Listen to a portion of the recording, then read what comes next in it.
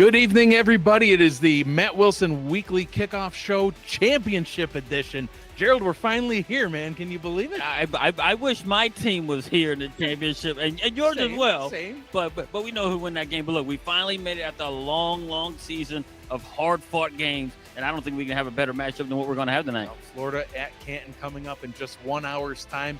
We've got a great pregame show for you tonight. It's going to feature some interviews that Ashley Jackson put on. We've got some film study using Haynes Vision with Cam and Charles. We've got Tyler Falk, Mike St. Green at the very tail end of the show to get you guys started.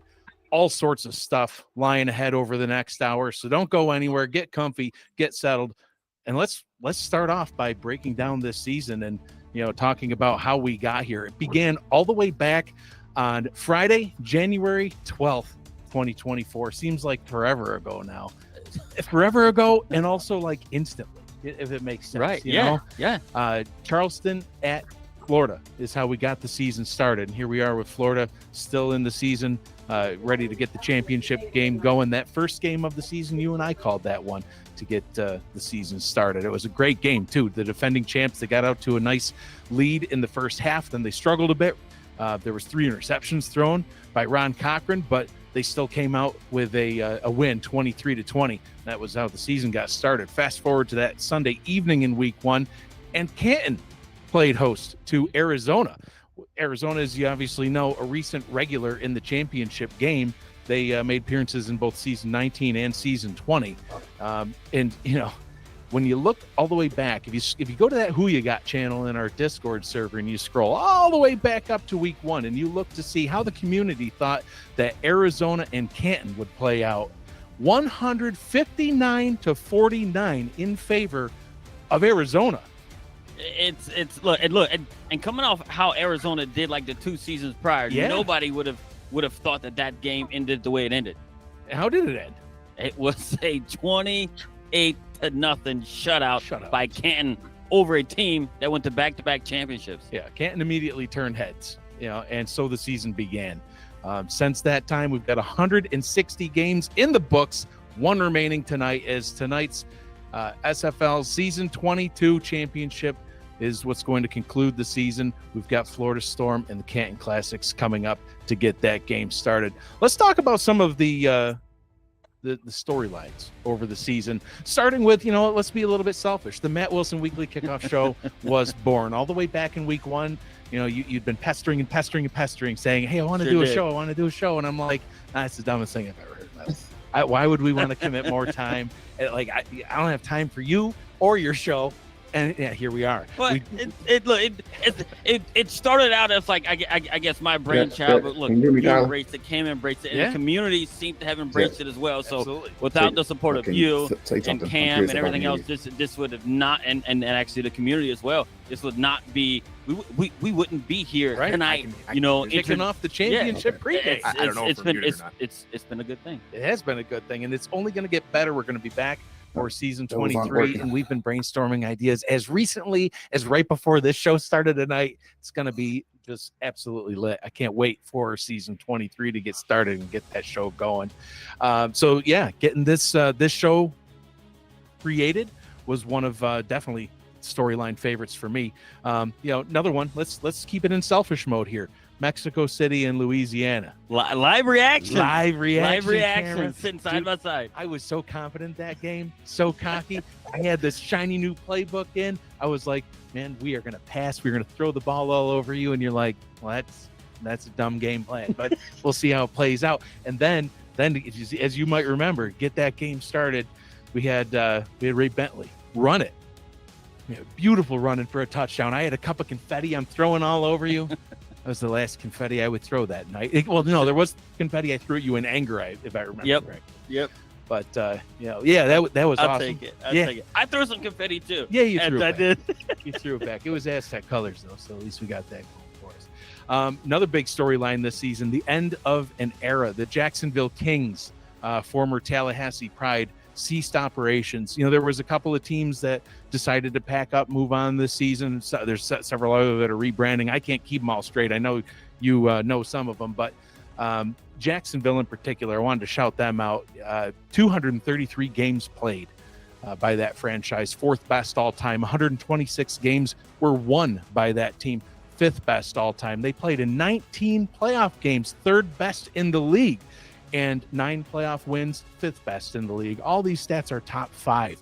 This is one of the most storied franchises in the history of the league, and unfortunately, deciding to pack it in, and going to miss seeing them on the field. Yeah, look, and also of one of their runs too. They were the very first, I do believe, SFL team to go undefeated in the regular season and make it to the championship, and only lost to Alaska Storm, now Florida Storm team in the end in that type of run. But look, they actually went to 2 straight championships themselves. So they were. It's sad to see a storied franchise like that come to an end. Yeah, absolutely. And hey, maybe we'll see history repeat itself. An undefeated team makes it all the way to the championship and then loses to the same franchise. That would be interesting. Yeah, that sure would be interesting. Look, they've done it before. They have done it before. Got a few other teams that I know are going to close up or rebrand, but now we'll have Albuquerque, Nashville, Pittsburgh joining the ranks next season. Looking forward to them. A couple of other big milestones too. Gabriel Manning's monster season. We talked about that so many times on this show.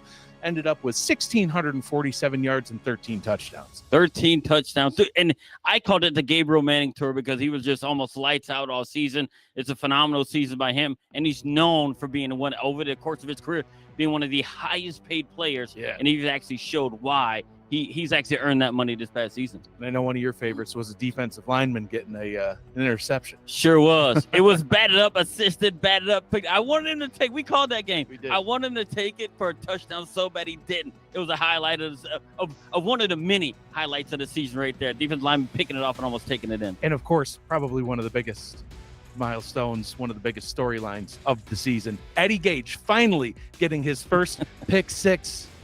Oh, wait, no, that was on our wish list. That did not actually happen. And I really don't think that's ever going to happen. Probably not. Maybe next season, but I doubt it. It's not in the cards. Yeah. So, hey, before we send it over to Ashley Jackson to get these interviews started, let's just talk about the season as a whole. As we look at, the results from both of these teams, what jumps out at you the most about, each of them? Let's start with Canton. The way Canton has run over almost just about everybody. There have only been 2, in my opinion, 2 competitive games for them. In week 2 against Indianapolis, and actually in week 13 against the same Florida team they're facing tonight. Those were their 2 most, tougher games. You can call it that. In those 2 games, they still won by 2 scores. The 3 shutouts, I think, is what really jumps out at me the most. They started off by shutting out Arizona, and then we were talking before the show started. In the last 3 games, they've allowed a grand total of 6 points. And that was just one of the 3 teams they played. The other 2, they shut them out. It's like, man. I laugh because it's like it's crazy because the most points they actually given up in recent memory was the 10 points to Florida, who they beat 24-10. That's the only team to score double-digit points against, against Canton. And then the last 3 games, they haven't even given up that many points in the last 3 games. Only 6 points almost the last 3 games. Yeah, and looking at Florida, I mean, they have 1 loss. They're not undefeated, but that 1 loss was to this Canton team, where, like you said, they put up more points than any other team did, and now they've had several weeks to look to see, what they might want to change. But other than that game, the last game they lost was, like we've also talked about many times on this show. If you're regular here, you'll know. Week 11 last season was the only last time they lost. They won the championship. They're the defending champs. They're back in the championship game. They've done it before. They can do it again. It's going to be exciting to see how this plays out. Anything about Florida stand out to you? The loss to Canton and how that they've won their games, right? They're a scrappy bunch, and they're able to get through and they're able to scrap away and get those wins. Some games I think we did call a game that we thought they were going to lose. Somehow they end up getting this pick 6 and ran it back for 90 yards, changed the whole game, and they end up winning that game. So, look, they know how to win. We're going to break down this game in a little bit, but first we're going to kick it over to Ashley Jackson. She's going to talk with Canton members Neil Rivers and Frank Bernstein, and then Cam and Charles will use Haynes Vision for some film study. Ashley, take it away. And I am joined with 2 more good friends of mine that are also involved in the championship game that was going to be taking place tonight. We have defensive tackle, and scout, Mr. Neil Rivers. How are you doing, Neil? Doing great, Ashley. Thanks for having me. Hey, I'm glad you made it, man. Thank you for being here. And I have head coach and fullback, Mr. Frank Bernstein, coming out of the cave to give us some words of wisdom. How you doing, dear? I'm doing all right. How about yourself, Ashley? I could be better. That's why I had to hook up to the mic. I'm losing my voice. I don't know what's going around, but I had to get you guys on, and I had to get your thoughts and your opinions on this game that's happening tonight. I want to know, how important is this win for the team and for the city of Canton? And I'm going to start with you first, Frank. For the team, I feel it's pretty important. A lot of people, I feel, have kind of doubted Canton since the beginning. Didn't necessarily come out to a big start when we first started as a team seasons ago. But now this season, starting off so hot, and a lot of the hot takes that have been about the team and everything, I feel like coming this far and pulling a Tom Brady Patriots and losing to like the type of Giants thing would just be very deflating for everybody. And for the city of Canton, all the work that Christian as the owner has put in and everything, getting the team involved with Canton, getting newspaper articles now and getting the games played at bars and everything, could be pretty big for Canton too if anybody's paying attention. Mm-hmm. Neil? I like that pun, by the way. Yeah, absolutely. It would mean a lot. There's a lot of just the camaraderie we have in the locker room, and just this whole season has just been off the charts. A lot of people putting their heart and souls into this season and making this happen and making it a special season.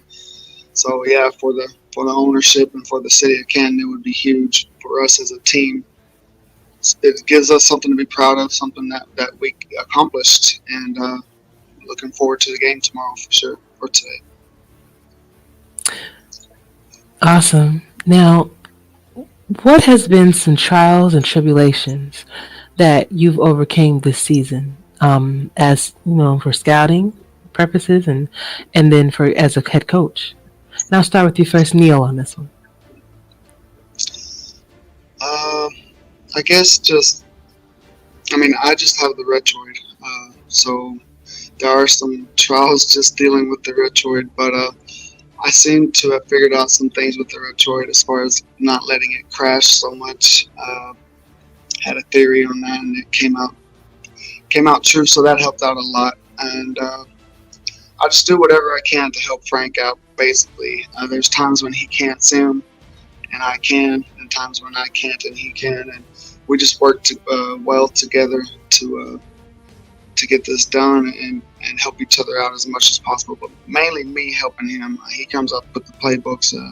He's the mastermind behind it, and he does a great job. All right, Frank?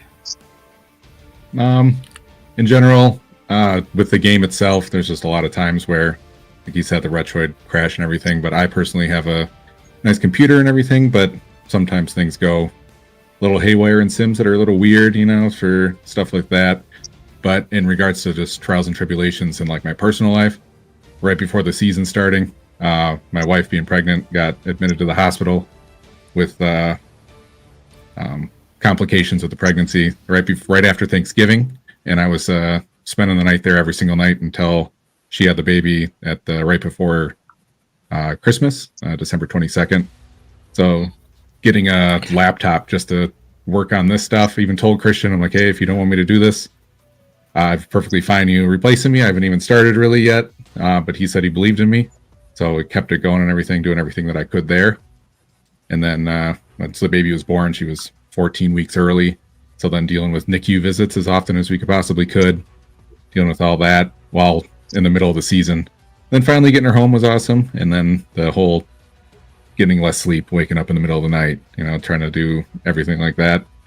Lately, it's come to a really big head as I'm trying to get Neil playbooks and everything to run, and I've been messing up and sending him the wrong thing, so he's just he's just sitting there with his hands up in the air, like, "Oh, I'm trying to help you here," and I'm just sabotaging myself almost. You know? I mean, like what you just said, though. First of all, I'm so happy that your baby made it, happy, home, and healthy.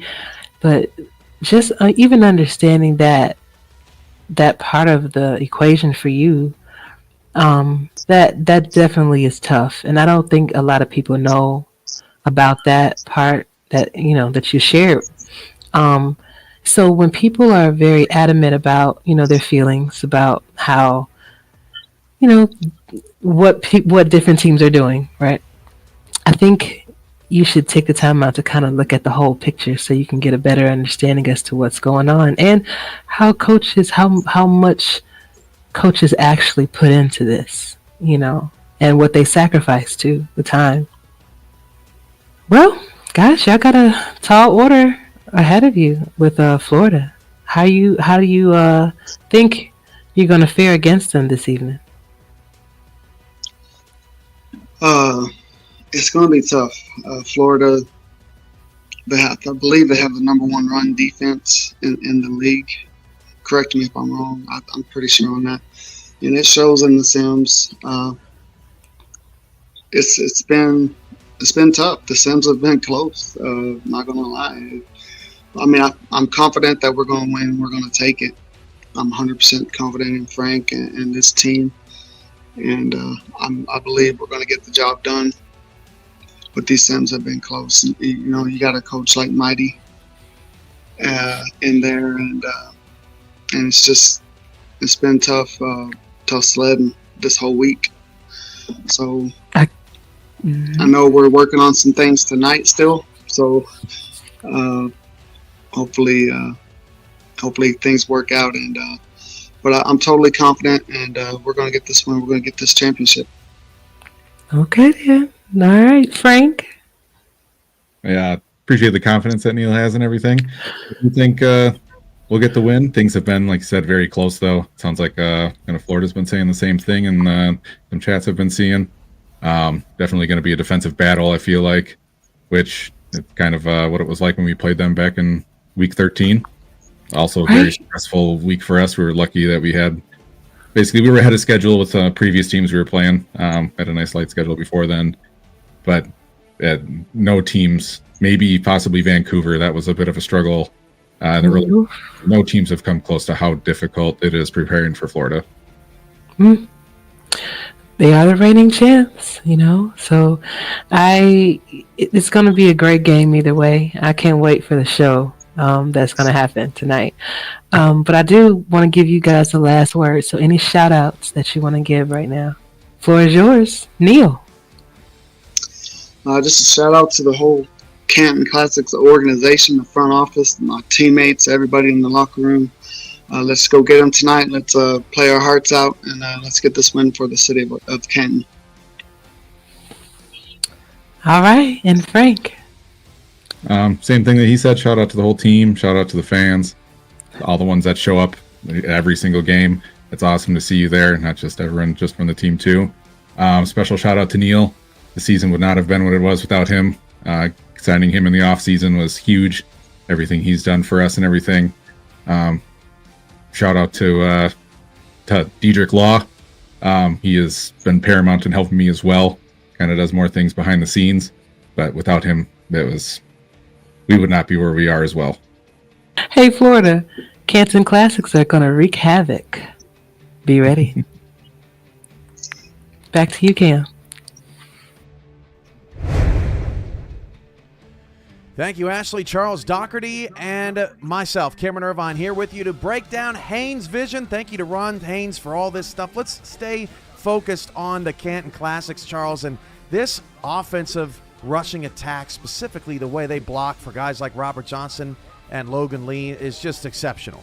I mean, it's crazy. I mean, every player goes all out and blocks. And when I look through these tapes, you see 9 guys. So you have the running back and you have the quarterback as the only not blocking. Everybody else is locking on a man and giving enough for the running back to get past that line of scrimmage and then do it on their own. And all of the the trio in the backfield from Lee through Cherry and Johnson have done their own to run after catch and show us what they can do. And in the San Diego game, Charles, they specifically attacked from all areas of their rushing attack. Logan Lee, Robert Johnson. They've got 7 guys on the line. You know they're looking for a run here. But look at that right up the middle. Lead block by not only the fullback, but you also got number 71, the guard, and just, easy street in the end zone for the running back and the score. They do it all, Charles. Strong jokers, and again, San Diego is looking for the run, but look how perfect they set the edge with those 3 blockers. I don't think anybody touched him, Cam, as Johnson went into the end zone. Robert Johnson, Bill Cherry, Logan Lee, they all do work. They all had over 80 yards against. On this one right here, it looks like we got a weak twins. Again, they're setting the edge there. 3 downfield blockers set it up. It looked like Lee ran into the block, and still with his power and athletic ability, he's able to break 3 and add about 25 at the end of that run. Very impressive running game. Probably one of the best I've seen in the league.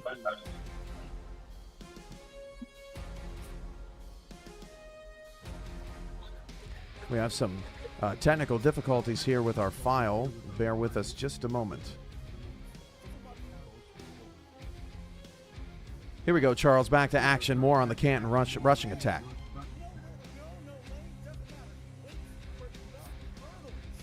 Blocking there, runs into the blocker. Perfect avenue for him to bounce outside and just keep running and stiff arm and show his power. On this play right here against DC in goal line, they've got split backs.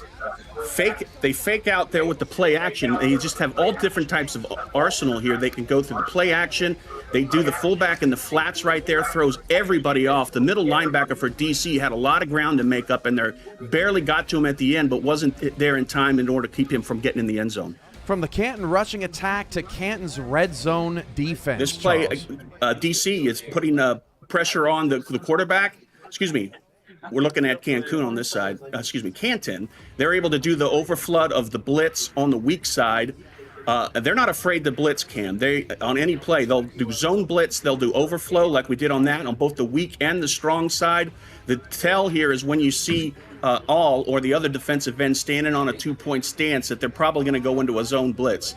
And this one right here is a man-to-man, and the middle linebacker has responsibility of shutting that down. Great read. Brackett's got great field vision, is able to shut that down. And not only that, you've got a cagey veteran in the backfield in Kanye Rockefeller. He 17 years in the season. Seasons with the SFL. He's able to read that from the snap and able to shut it down and keep him from the end zone. Same play here. Same instance here. Good read going up there and has the ability to jar the ball out of the hands of the runner. They're very physical. When they hit you, they leave a mark, and you better hold on to that ball because it's going to be going in the other hands if you don't know what you're doing. This play at the top shows the ability of their cornerback. Specifically, we have the prior safety, now cornerback, Evan Lacey there, shows his athleticism, blankets the cornerback. They're very good at one-on-one coverage. They do that again. They do that all the time. They put a lot of responsibility on their cornerbacks in man coverage, and they execute. This play right here, you see the safety on the outside, Brackett. He had the read at the snap and was able to time it just perfectly, cause that turnover, and was able to get the other fullback, Monzuma, was able to get the ball and put it in the end zone, put some points on the board. Now let's transition to Florida and their red zone offense, Charles. Oh, it's unbelievable. I mean, it's a case study in different options as well. Right there, you've got perfect timing between the Bush and Cochran. Cochran releases the ball at the right time when Bush is passing through medium zone coverage.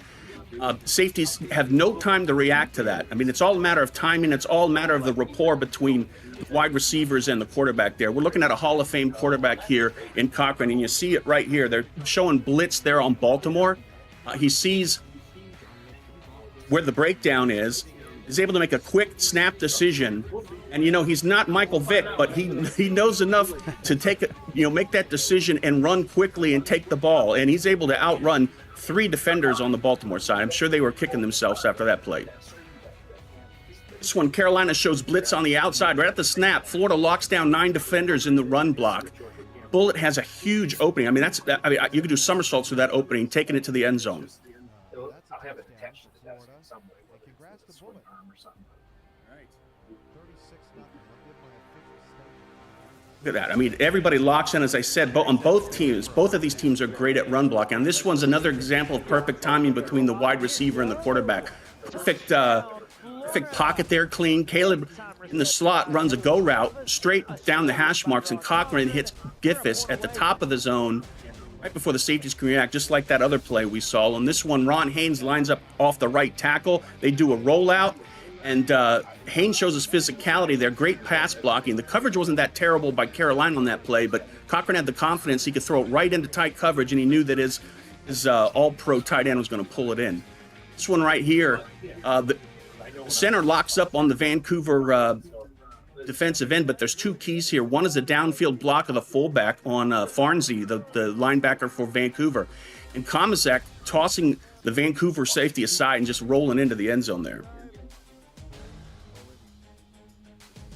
This play right here in the bunch formation, another clean pocket for Cochran, and another example of perfect timing. Again, getting past that medium zone coverage in the only spot where they can get it right before the safeties start locking it down. I mean, Florida does this to perfection. Another great play call here. Florida takes advantage of zone coverage at the bottom of the screen. They flood the coverage on that bottom side, allowing Giffis to get on top of the zone coverage, hit the ball on the first yard line. And the very next play, Giffis does a route in the middle of the end zone, right in front of the coverage. Again, keeping the defense on their toes and not knowing where the ball's going to go. And finally, Charles, one of the toughest things when playing Florida is getting them off the field on third down. On this play right here, the two tight ends, the right tackle for Florida locks into the Baltimore defender, and the fullback does a lead block, finds a body, just locks it on. This gives Boletsky the two options. He decides to go outside, and right there you can just see the supporting cast there. They do their jobs to perfection, and this is against the strong Baltimore defense. I mean, they're running blockers out of the way, the likes of Nate Brown, Frank Smith, and Alvin Mack. This play right here, ACA showing man-to-man coverage. Safety's deep in zone. ACA runs a fan stunt, gets through the line. Boletsky does a go route covered by J Mart, the inside linebacker.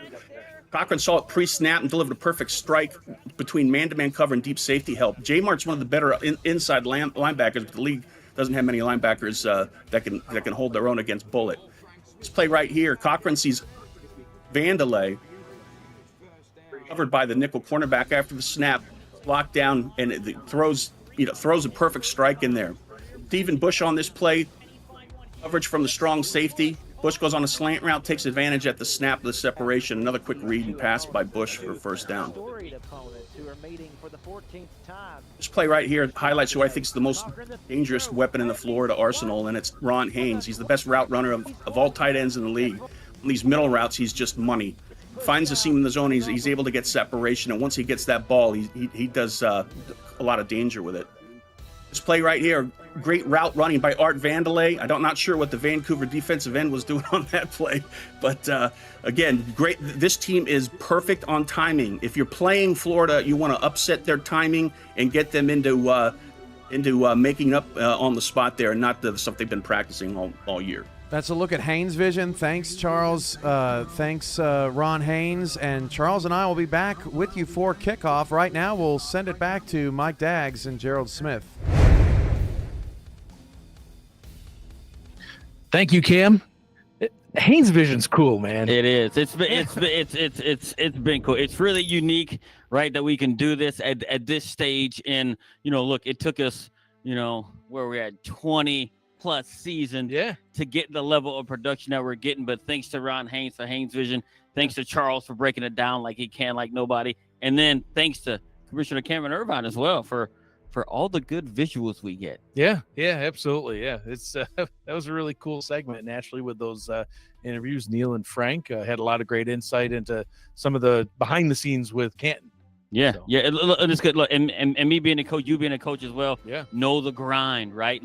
As some people know, Neil Rivers was with us in Louisiana for a few seasons as well. So and he was in the grind back then. But him and Frank Bernstein getting together and kind of giving the behind the scenes on what goes into putting into it an undefeated season or even a championship run going forward. So here they are. I mean, all the hard work paid off for them. Sure did. Yeah, we've got a great game coming up in just about a half-hour. Kickoff will get underway, but let's break this game down like we only can on the Matt Wilson Weekly Kickoff Show, Mike and Gerald style. So Tonight's game is a rematch from a game that you and I have called back in week 13. Canton visited Florida, and Florida held their own for a while in what was really a close game. At the end of the first quarter, 0-0. So, obviously Florida hadn't scored yet, but neither did Canton. Excuse me, Canton. 7-3 at the end of the half, with Canton out in front at that point. Both teams would end up putting up a touchdown in the third quarter. As you know, Florida did it through a punt return touchdown. The only touchdown surrendered all season long by Canton came through special teams. First touchdown, last touchdown that they've surrendered all season. But in the fourth quarter, Canton did what they've done all season long, and they just went for the kill. Outscoring Florida 10-0 and ultimately won that game 24-10. But Florida, like we've talked about, they did it better than most. And now they've had over a month's time to plan for this rematch. And Canton, though, they've defeated every team this season. We've talked about this at length throughout darn near every week of this show. They've defeated every team this season by no less than 2 touchdowns. Not 2 points, not even just 2 scores, 2 touchdowns. It's insane, like the run that they've had, right? And we're going to touch on it in the breakdown too as well. How good they are. Yeah, 2 of their past 3 games were shutouts, like we've talked about, to the tune of combined 68-0.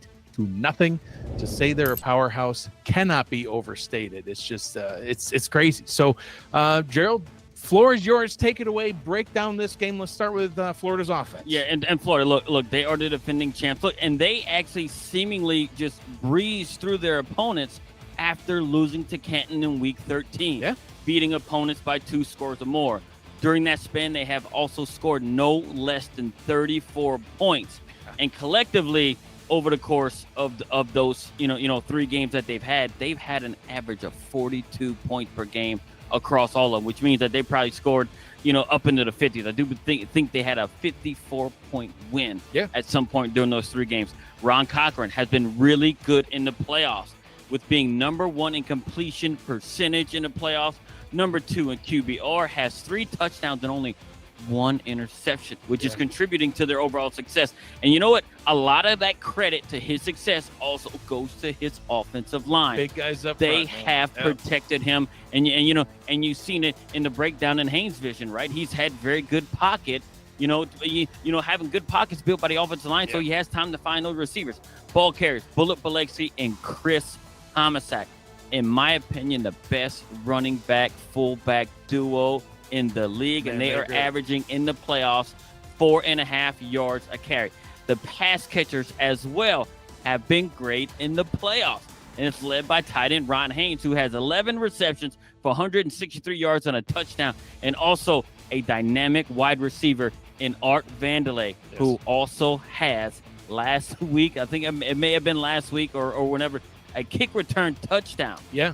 Right. That actually, and then they have it was like back to back. So look, and it was Caleb Giffords actually had one, and he ran it back as well. Sure so they can score at any moment from anywhere, kind of in the field. So their offense is their offense and their special teams at this point are top notch. We know they can score on special teams. Canton has already seen that already by them. So. And now we're going to see, see what they can do tonight. See what they can do. Yeah, absolutely. And their defense, top-notch in the league. Best run defense, allowing the 3rd fewest points. Talk about that. Yeah, defense. Look, and they continue this in the playoffs as well, right? Yeah, they did. They faced the number 1 rushing attack, and they play the run, right, better than any team in the league, right? So Canton, they come in with the number 1 rushing attack, but guess what they're playing? They're playing the number 1 rush defense in the league in Florida, right? And with all 11 players on the defense, they play the run as if they're big, bulky run stuffers. That's from the front 4 to the guys in the linebacker and everybody in the secondary. They play the run extremely well. They do. And they also have in these playoffs 5 interceptions. They were number 1 in the league in the regular season as picking the ball off. So they have the right formula to pull off the upset collectively between the 2, but can they? And that's the big question. Can they do it? Because we've been seeing all season long about, teams that we thought maybe this team has a chance against Canton. Maybe that team has a chance against Canton. I know we certainly said as much back in week 13 when Florida took on Canton. but they've played so darn well since then. It's been an incredible thing to watch. But getting into Canton now, they've absolutely railroaded their opponents in the last 3 games, but all season long. Talk about Canton's offense. Yeah, look, and they beat. Look, and it's hard for me to say what my critique right here for them, because they have been so good that they have beaten the teams pretty bad over the last 3 games, only allowing 6 points with 2 shutouts over the last 3 games. So look, but the offense hasn't been great in these playoffs at all. Despite their lopsided wins, they have not been good. Quarterback Scar Patterson has struggled, being sacked 3 times, throwing 5 interceptions, and only 2 touchdowns. Uncharacteristic from them because of how good that they have done. But their run game though. Yeah, their run game has picked up the slack, right? And Logan Lee, we all know how good he is. He was MVP last season, and everything else and what he did. So leading all running backs in rush yards and touchdowns in the playoffs. But like I said, they are facing the league's best rush defense, who also likes to pick the ball off. So Canton needs to be very strategic about how they have game plan for this game tonight. Because look, because typically their defense puts them in situations where they have short fields and puts them in, situations to be extremely successful. So if their offense cannot move the ball, and if they're put in a situation where they have to go length of the field, can they do it? Because of the way Florida is able to play on defense, we're going to see what kind of offense that they're going to come out with. But speaking of defenses, let's talk about Canton's defense. It's no secret that this has been where Canton is, for lack of better words, otherworldly. I mean, they've just looked elite. You talk about Florida having the best run defense. Well, let's talk about potentially the best overall defense. They have played, I swear, like they play like superheroes. They're where they need to be when they need it. Especially in the fourth quarter. Right. So when trouble happens, guess what? What a superhero does? Comes in there and saves the day. Their defense has been all saving the day and everything else. With these 2 shutouts over the last 3 games, only allowing 6 points since allowing a season high 10 points. I don't know where, I don't know who allowed a season high 10 points. Right. Most people at season high 30, 40, and whatever. Only 6 in the next 3 games. And they only allowed, their season high was 10 points allowed, and that was against Florida. The defense, it has smashed some of the league's long-standing records, most notably points per game allowed. 4.5 points a game that they have allowed to their opponents across the entire season. The defense just knows how to rush the quarterback as well, right? As they have all season, led by linebacker Kevin Brackett, who leads the SFL with 11 sacks on the season. Right. So, and they just have superhero skills that end up forcing opponents into mistakes, and they know how to capitalize on each specific mistake. They do. So the question isn't, can Canton stop Florida? The question is, can Florida's offense get the better of Canton's defense? And we're going to find out tonight. We will find out tonight. This is going to be a great matchup. Whole season's been building up for this, and I just can't wait to get this one started. It's going to be great. But before we send it back over to Ashley one more time, let's make our final pick of the season. We've made picks all throughout the Matt Wilson Weekly Kickoff Show. I slaughtered you. I don't know if it's slaughtered, but 32-16 were my picks. 28-20. I didn't slaughter you, but I did beat you by 4. Yeah. Listen, we picked 48 games, and both of us had a positive outcome. Good. That's good. So that means at least we maybe kind of know what we're talking about. Above average. At least like 60% of the time. Most of it's probably luck. Yeah, pretty much. Yeah. What do we know? We just kind of throw a dart at the board. But, last week you picked Canton. I picked Canton, of course. Canton won that game. We called the other one, so we didn't pick that one. Tonight, we're going to make our final pick of the season, Florida at Canton. Who do you got? I think I am going to go with, and I don't think I know, I am going to go with Florida tonight. Why? Because I think Florida just knows how to win. They know how to win in championship games. The only other team that they have not beaten in the championship is Denver, and Denver's nowhere to be seen. So, you know what? That offense and everything else that they got going on, that collective team, they just know how to win games when it's there to be won. And you talked about it earlier on, back when Tallahassee went undefeated throughout the regular season. They came and faced the Alaska Storm in the championship game, and Alaska shut down that undefeated season. I think that happens again. Florida has just looked so good since they lost to Canton. And Canton in the playoffs has not looked like Canton of the regular season. They're shutting out teams. They are, but not in a pretty way. I think that Mighty RX, Max Paul, I think him and his Florida squad take advantage of that. I think they get the win. That's our final pick of the season. We both picked Florida. So giant slayers. They've done it before. We'll see what happens. So yeah, that's that for our breakdown and our pick. We're going to send it back to Ashley Jackson. She's got an interview with Florida's Alessandro Tomaello and Art Vandelay. Ashley, take it away.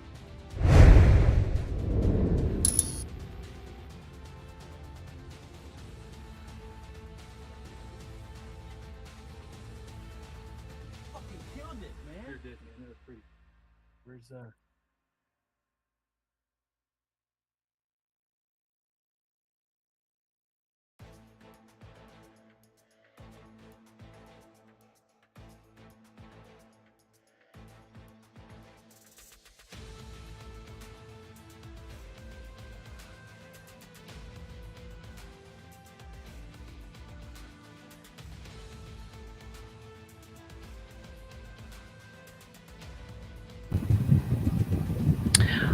What is up, and welcome back to PGI, where I am joined with two great friends of mine that are participating in Season 22 Championship game.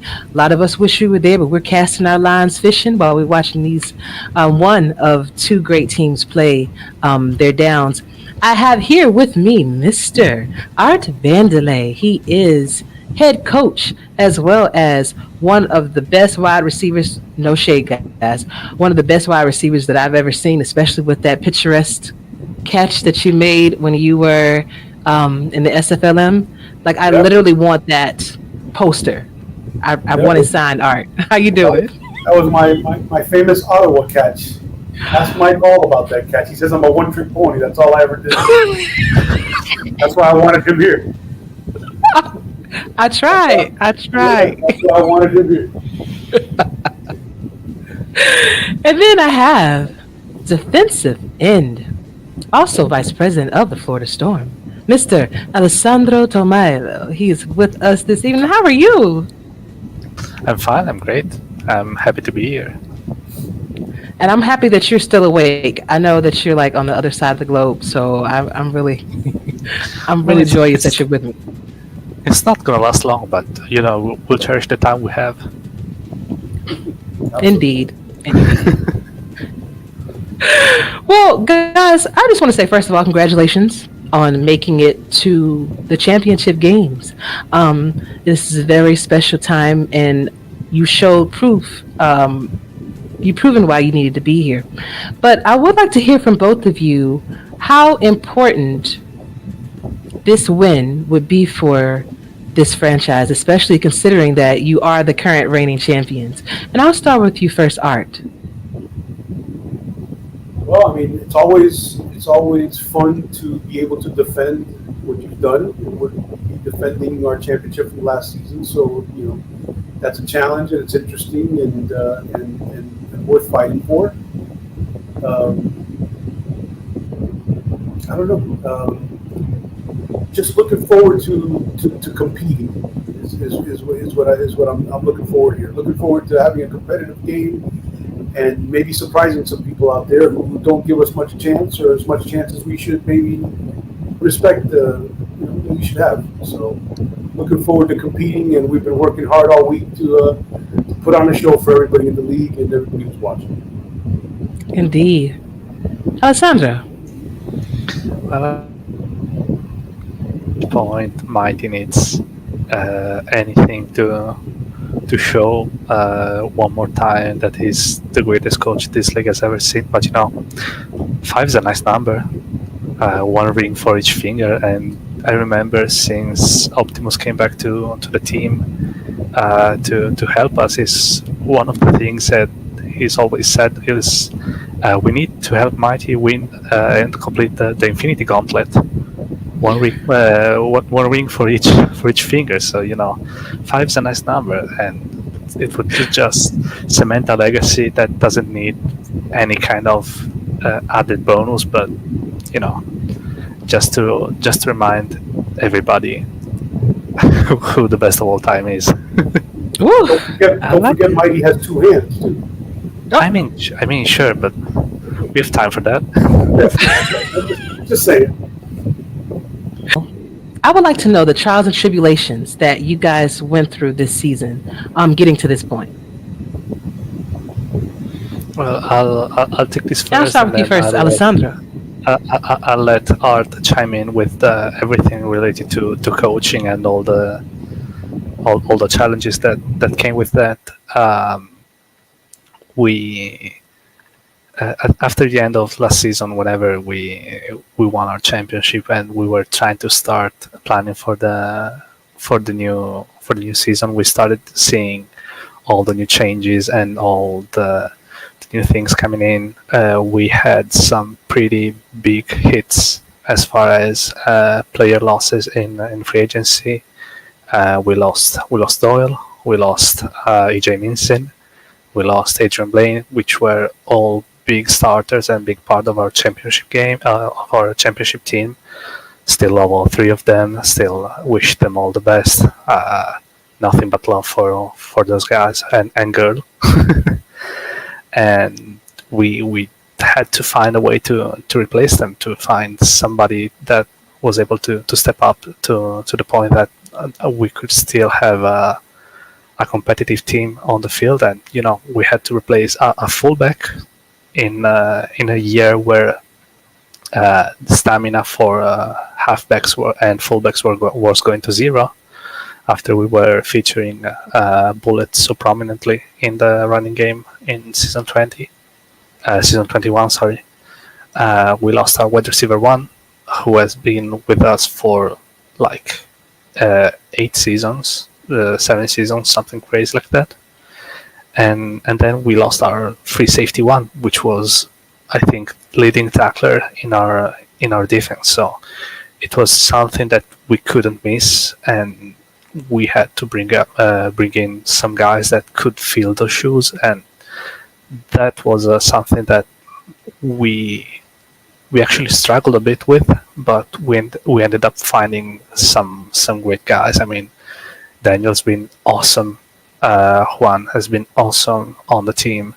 Chris has been so helpful, so incredibly helpful with the decisions that you're taking, and a lot of input from Mighty, a lot of input from Art. This is not a one-man job, but the trials and tribulations, if you want to call them like that, really started the moment we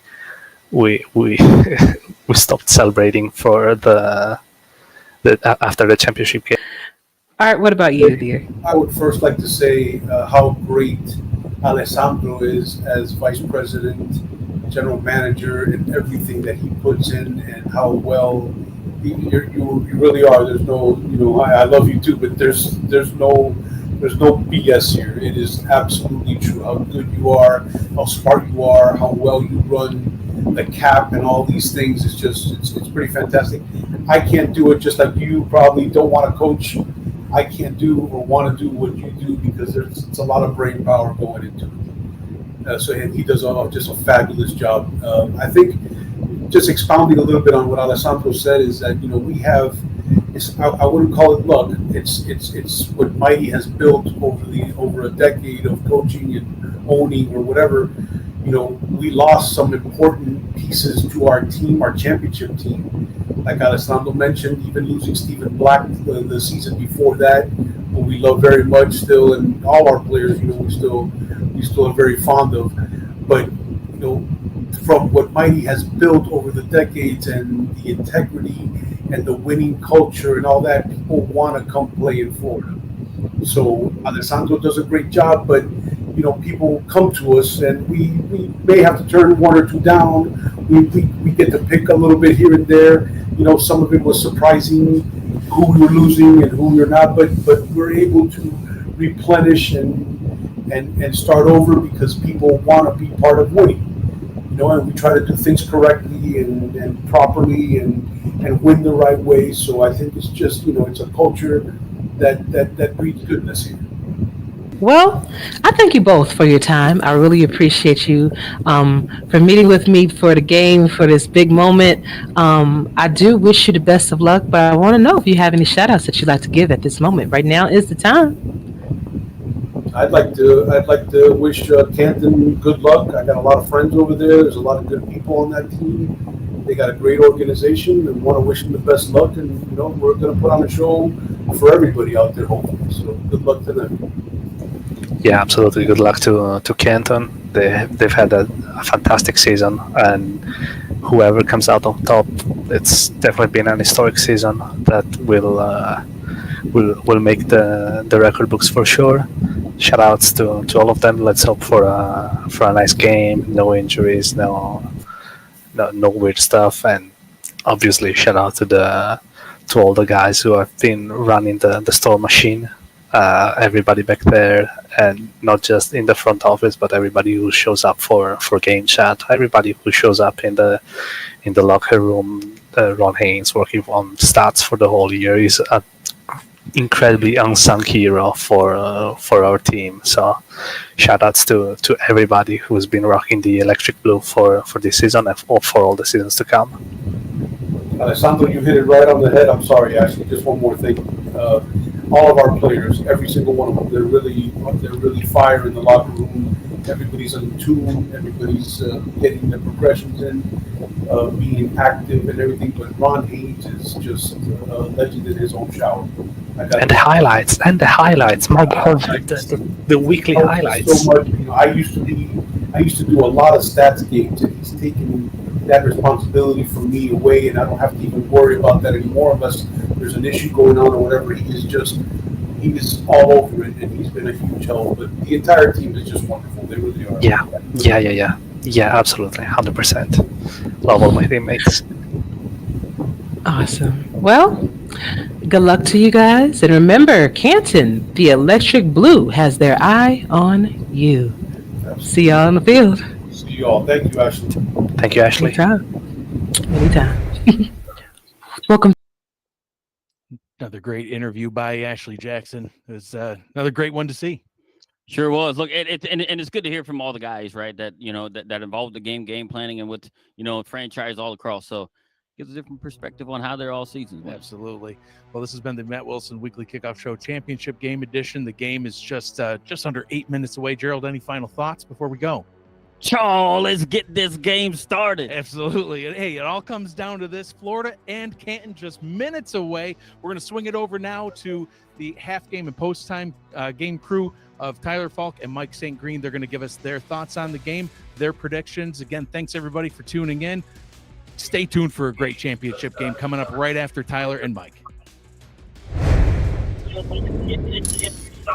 Well, thank you, Mike and Gerald. Hello, folks. I'm Tyler Falk, joined alongside Mike St. Green here in the booth. In for Chris Curtis. We are happy you're here. Championship game, MSG, just around the corner. Glad to have you back in the studio for this one. Two great franchises coming to town today. Florida, who had a three-peat to begin another era of the SFL, looking to maybe create another three-peat of their own, and it starts here, probably winning their second one here this week, if they can take down Canton, who's looking for their first here tonight. Well, first of all, Tyler, great to be here, and what a great time to be back for the championship game. No better time in SFL than a championship weekend, championship Saturday, and we couldn't ask for a better matchup. Basically, the two best teams on record competing for the championship today. Absolutely. So let's just quickly break down what we're thinking about right now. All eyes are looking at Canton right now. They start off hot. They keep staying hot. Wins every single week of 2 scores or more. Florida has their hands full. They've already lost this team once, but we know how tough and how good coach that Florida is. Both teams have great coaching. Well, I'll tell you what, in researching this game, Tyler, I kept thinking that I was looking at some type of misprint of looking at all these amazing stats that Canton has put up. 377 positive in the point differential for this team. They only gave up double-digit points once, and that was a few weeks ago to the Florida team that they're playing tonight. And their defense has been fantastic. They can smother you with their secondary, and their running game pretty much keeps everything in check and keeps the ball grinding downfield. But Florida, on the other hand, don't change that dial, or don't think, hey, you're getting a repeat of another championship game. This is their 7th championship game appearance. They've been in at least a third of the championship games, and they are basically 4-2 in those games, and they only Kramer Jackman historic field goal and a Giovanni Bolt game-saving tackle from being 6-0 in championship games. So I know we're going to see the best from the Florida Storm tonight. Only 2 teams in SFL history have gone undefeated and won a championship, that being the Minneapolis Maulers back in season 4, and of course the Alaska Storm, now Florida Storm, all the way back in season 11. And Florida knows a thing or two about beating unbeatens in the championship game. They took down the Tallahassee Pride, the now Jacksonville Kings, in the championship game. That's in season 10 when the Kings were unbeaten. So Florida has precedent here of taking down the big-time contenders. But now it all comes down to this. Can they show up once more when the lights are on them? Or will Canton finally turn the screw, the final notch, to gain their first title in franchise history? So, what are we thinking, Mike Sinclair? What is your prediction here for tonight's game? Well, if Florida's going to pull the upset, and by the way, they're an 18.5-point underdog in this game. That's probably the largest in SFL history since they've been, tracking point spreads. But if they're going to win this game, Tyler, they're going to have to convert a lot of third downs, keep that Canton rushing game off of the field, not turn the ball over. And one main thing that we're going to probably have to see, we're going to have to see them make some plays in the special teams that got them to this championship game like they did last week against Minnesota. All right, then here's my prediction. And Florida and Canton have already played before. The game should really have been 17-10 rather than 24-10. Garbage time touchdowns aside. Anywho, Logan Lee gets a rushing touchdown at the end of that game. It was a fantastic game in general, week 13. This game is going to be even better, in my opinion. It is going to be a 17-17 ball game, and it's going to come down the leg of the Florida special teams, this Florida kicker, Ethan Snead, I think. I think it's going to be a 20-17 matchup. I think Florida takes the victory. Canton is going to give this one a ride, but Florida will pull it out there in the end. That is all we have time for here right before the SFL Championship, the 22nd edition here on the SFL, coming up right here on SFL YouTube. Don't go anywhere. We'll see you for kickoff. Stay tuned.